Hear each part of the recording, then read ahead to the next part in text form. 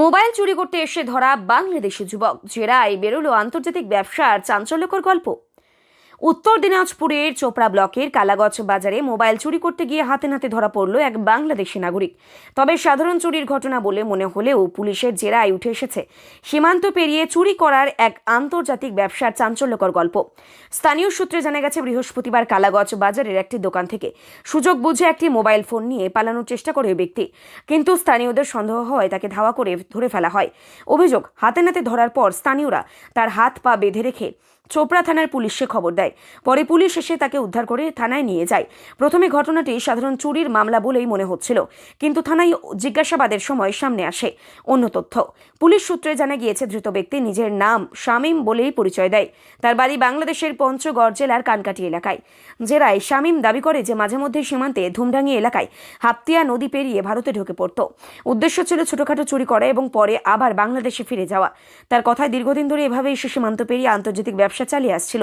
ধৃতের দাবি অনুযায়ী কিছুদিন আগে ভারত বাংলাদেশ কূটনৈতিক সম্পর্কে টানাপোড়েন তৈরি হয়। তার এই ব্যবসা কিছুটা মন্দ ছিল, কিন্তু বর্তমানে পরিস্থিতি স্বাভাবিক হয় আবার সে ভারতে আসা শুরু করেছে। এমনকি সবকিছু স্বীকার করার পরেও পুলিশের সামনে দুটি শর্তও রাখে শামীম। প্রথমত, তাকে যেন মারধর বা টর্চার করা না হয়। দ্বিতীয়ত, ভারতে সে কোথায় থাকতো সেই বিষয়ে যেন তাকে প্রশ্ন করা না হয়। ধৃতের এই আত্মবিশ্বাসী আচরণে পুলিশ কিছুটা বিস্মিত হয়েছে বলেই জানা গিয়েছে। শুক্রবার তাকে ইসলামপুর মহকুমা আদালতে তোলা হয়। চোপড়া থানার পক্ষ থেকে তার 7 দিনের পুলিশ হেফাজতের আবেদন জানানো হয়েছে বলেই পুলিশ সূত্রে খবর। আদালতে যাওয়ার সময় সংবাদ মাধ্যমের ক্যামেরার সামনেও তাকে বেশ স্বচ্ছন্দভাবেই কথা বলতেই শোনা যায়। ভারতে কিভাবে প্রবেশ করছেন? ও স্যার, আমার ওদিকে তো ভারতের লোক যাওয়া আসা করে, ভারতের লোক যায়, বাংলাদেশের লোক আসে। কিভাবে, কোন দিক দিয়ে, কোন জায়গা? ওদিকে নদীতে, হাতিয়া নদীতে, হাতিয়া নদী, এই ধুমডাঙ্গি ওদিকে। আসলেন কোথায়? ওই নদী দিয়ে। কেন আসছিলেন? হ্যাঁ, কেন আসছিলেন? ঘুরতে আসছিলাম। ঘুরতে চলে আসছেন? জি। তো তাহলে কালকে মোবাইল কেন চুরি করছিলেন? মোবাইল করে চুরি করিনি তো আমি। চুরি করেননি? দাদা নাই দোকানে। আপনার কি হয় উনি?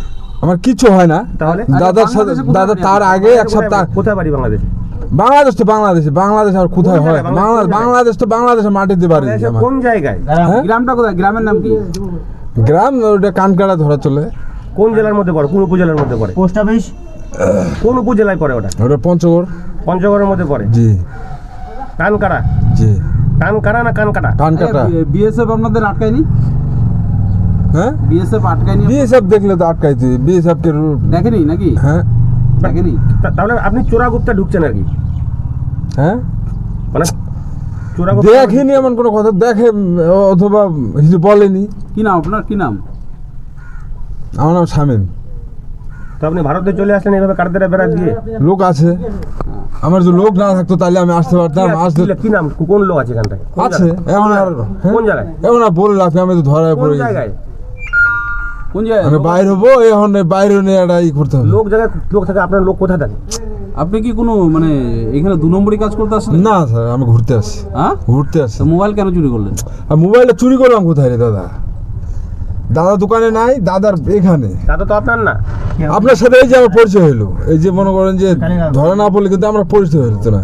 ওই দাদার সঙ্গে দাদা 1 সপ্তাহ আগে আমি কথা বলে গেছি যে দাদা আমার কাছে 100 টাকা আছে, জুতার দাম হলো কত চালে?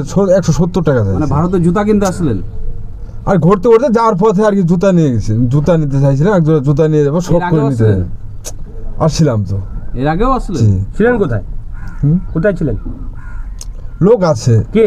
কি নাম? আছে লোক। কোন জায়গায় বাড়ি? বাড়ি কোথায় লোকটার? ওই ধুমডাঙ্গিয়াতে আছে। ধুমডাঙ্গি? কি নাম?